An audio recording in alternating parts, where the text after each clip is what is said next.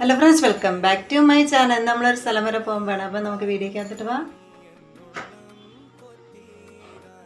ഞങ്ങൾ പോയത് ഹസ്ബൻഡിൻ്റെ ഫ്രണ്ടിൻ്റെ മാരേജ് റിസപ്ഷന് വേണ്ടിയിട്ടായിരുന്നേ. മാരേജ് മധുരയിൽ വെച്ചായിരുന്നു. ഇനി കുറച്ച് കല്യാണ വീഡിയോസ് കാണാം.